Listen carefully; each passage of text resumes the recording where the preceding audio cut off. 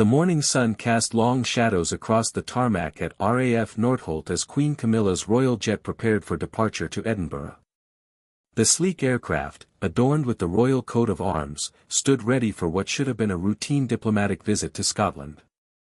Inside the terminal, security personnel conducted their final checks while the Queen's personal staff coordinated last-minute arrangements. Detective Chief Inspector Marcus Whitfield had been assigned to the Royal Protection Detail for over 15 years. His weathered face and sharp eyes reflected countless hours spent ensuring the safety of the royal family. Today felt different somehow, though he couldn't quite place his finger on why. The intelligence briefings had been standard, the weather reports favorable, and the flight plan approved through all necessary channels. As Camilla emerged from her motorcade, dressed in an elegant navy blue coat and matching hat, she appeared relaxed and in good spirits.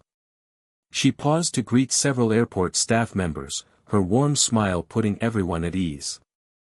The Queen had always been known for her approachable nature, often taking time to acknowledge the people working behind the scenes to make her engagements possible.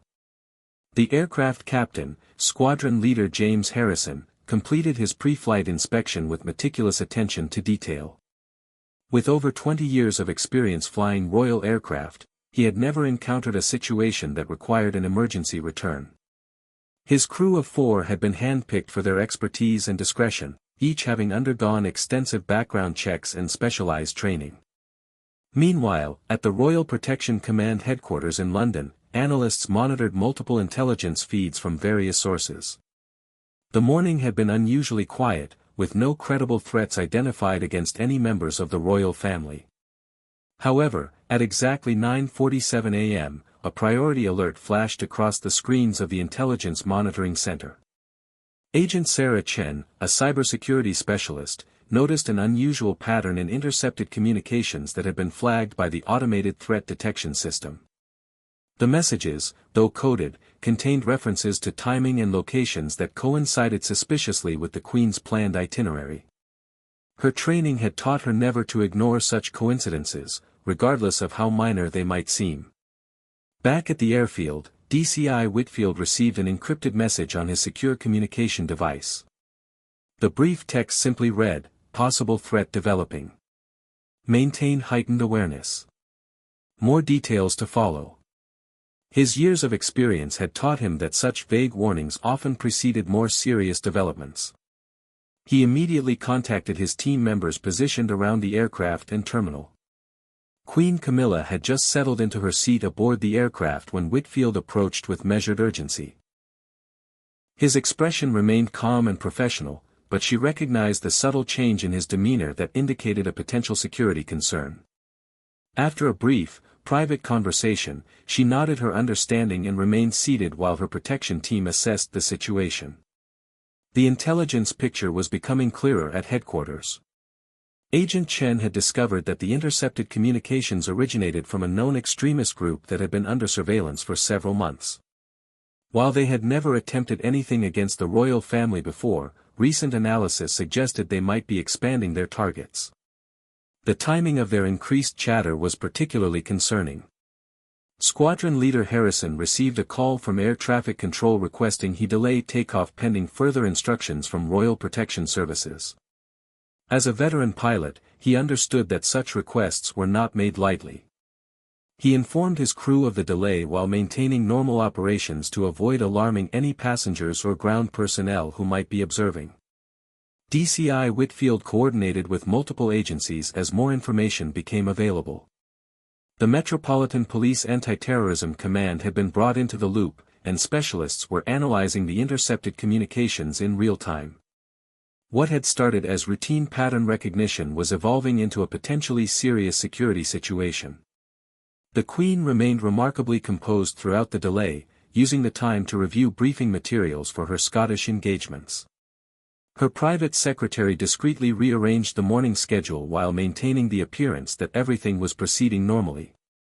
This level of adaptability had served the royal family well through decades of similar security considerations.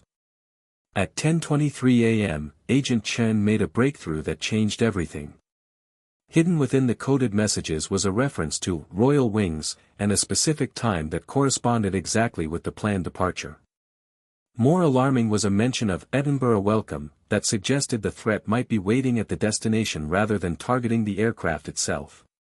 The Royal Protection Command immediately elevated the threat level and initiated emergency protocols. DCI Whitfield received updated instructions that left no room for interpretation. The Queen's aircraft was not to proceed to Edinburgh under any circumstances until the threat could be fully assessed and neutralized. Squadron Leader Harrison was formally ordered to abort the mission and return the aircraft to its designated secure hangar. The official reason given to ground personnel was a mechanical issue requiring immediate inspection, a cover story that would prevent panic while maintaining operational security. Queen Camilla was briefed on the developing situation as her motorcade was recalled to return her safely to Windsor Castle.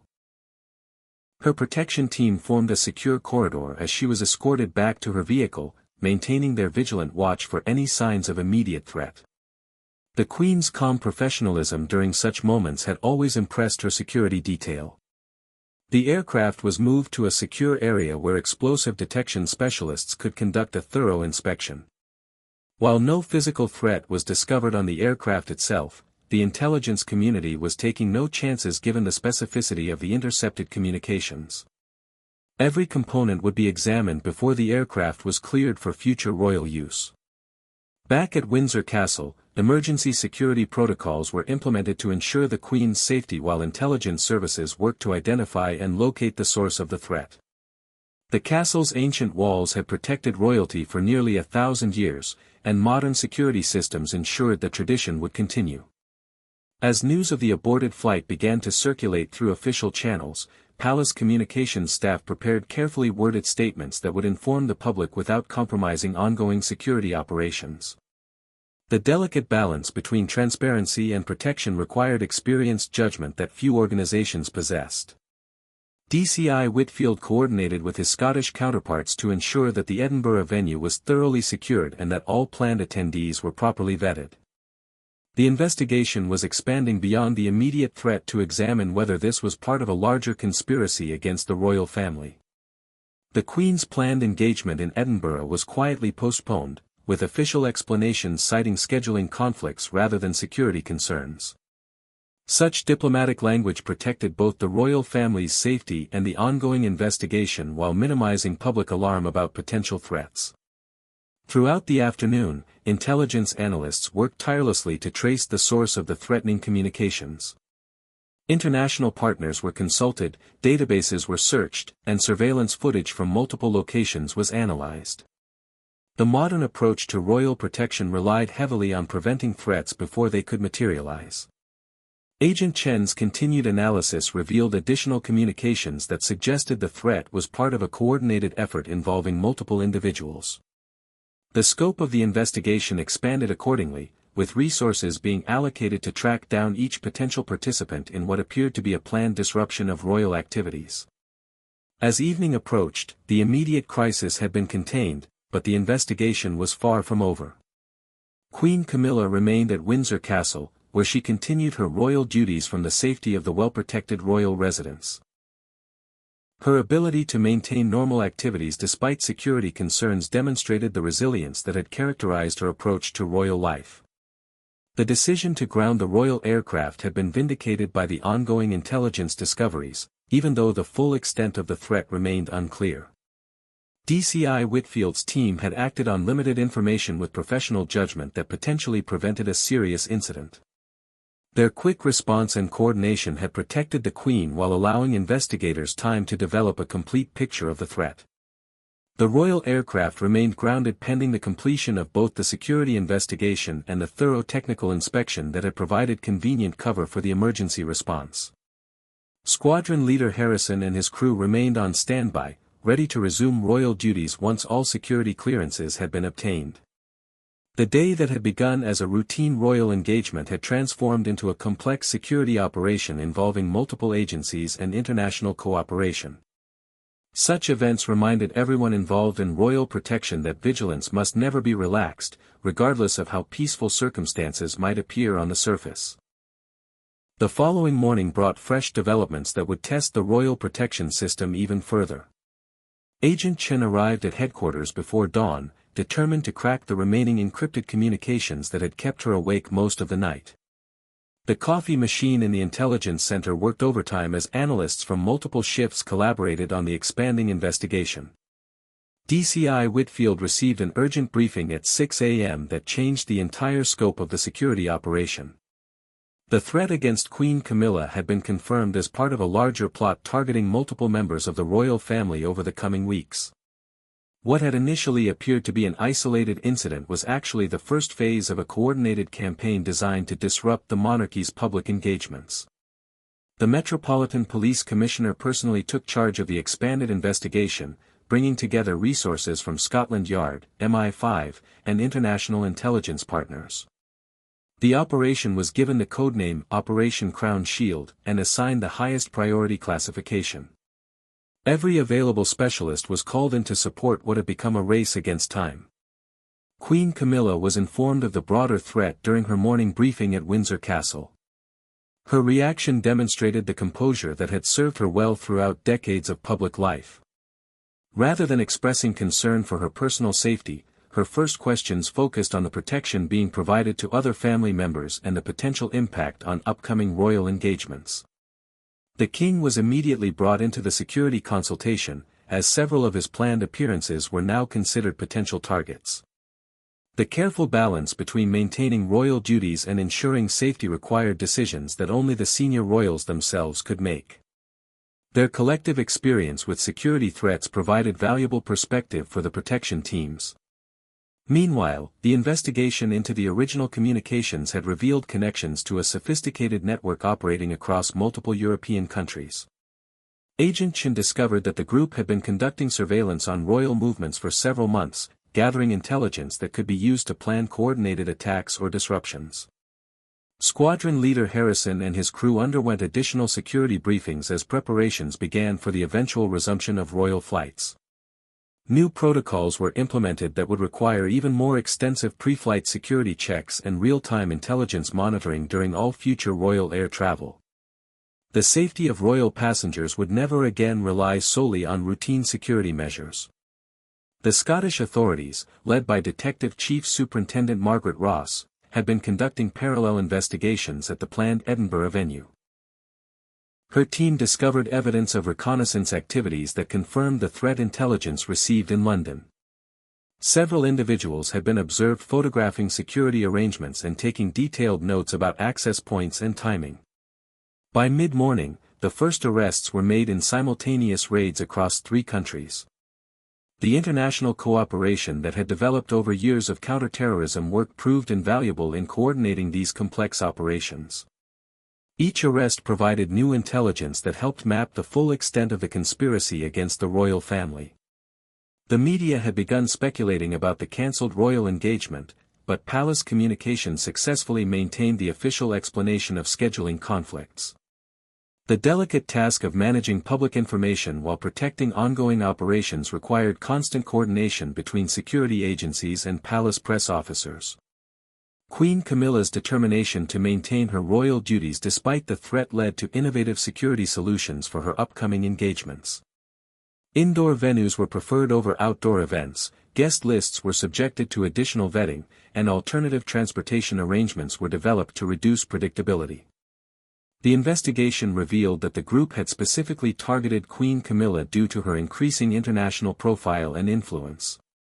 Her successful diplomatic visits and growing popularity had apparently made her a symbol worth attacking in the minds of the extremist organization. This personal dimension added urgency to the protection efforts.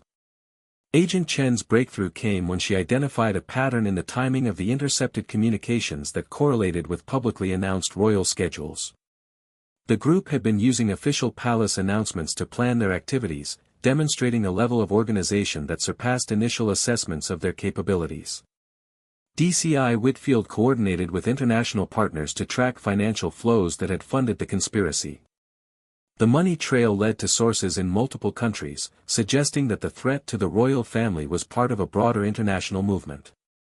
This discovery elevated the investigation to the highest levels of government. The Queen's private secretary worked closely with security teams to develop contingency plans for every upcoming royal engagement. Each event was analyzed for vulnerabilities, and alternative arrangements were prepared that could be implemented at short notice if new threats emerged. The royal calendar became a carefully orchestrated security operation. By afternoon, the investigation had uncovered communications suggesting that the original plan had included multiple phases targeting different royals over several weeks. The grounding of Queen Camilla's aircraft had apparently disrupted the entire timeline, forcing the conspirators to accelerate their other plans and making them more vulnerable to detection. The psychological assessment of the arrested individuals revealed a mixture of motivations ranging from political extremism to personal grievances against the monarchy. The diverse backgrounds of the conspirators demonstrated how modern threats could emerge from unexpected sources, requiring security services to maintain vigilance across multiple communities. Squadron Leader Harrison received authorization to conduct test flights with enhanced security protocols before any royal passengers would be cleared to fly again.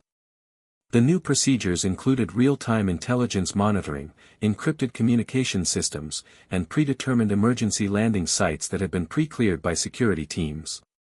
Queen Camilla's resilience throughout the crisis impressed even her experienced protection team.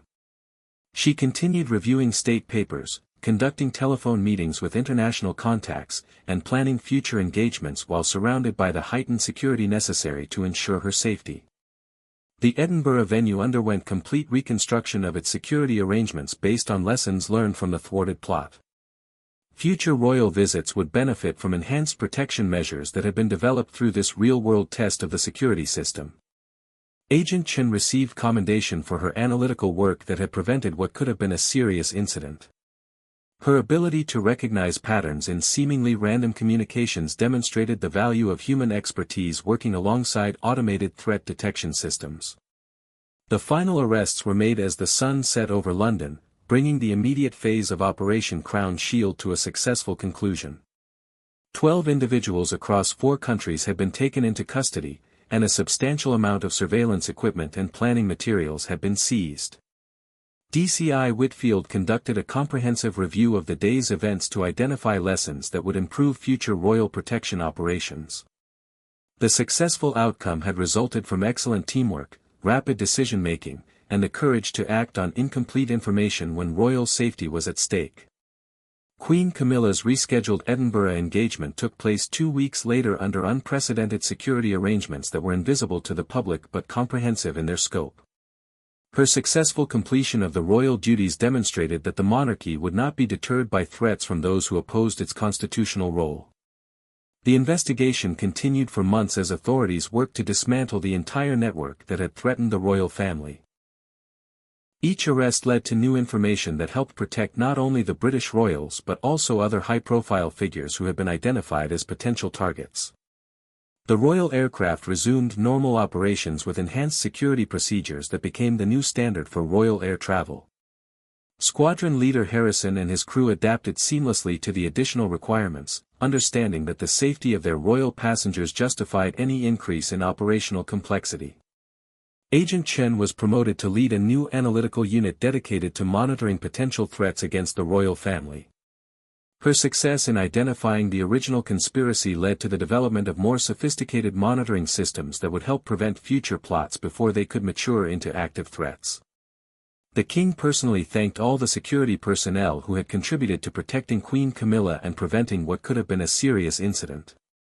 His recognition of their professional dedication reinforced the commitment of the entire royal protection team to maintaining the highest standards of service. DCI Whitfield reflected on how a routine morning had transformed into one of the most significant security operations of his career. The successful outcome reinforced his belief in the importance of treating every piece of intelligence seriously, regardless of how minor it might initially appear. The conspiracy had been thwarted, the conspirators arrested, and the royal family's safety preserved through the coordinated efforts of dedicated professionals who understood that protecting the monarchy required constant vigilance and unwavering commitment to duty. The grounding of Queen Camilla's aircraft had been the right decision that prevented what could have been a devastating attack on the institution that millions of people around the world respected and admired.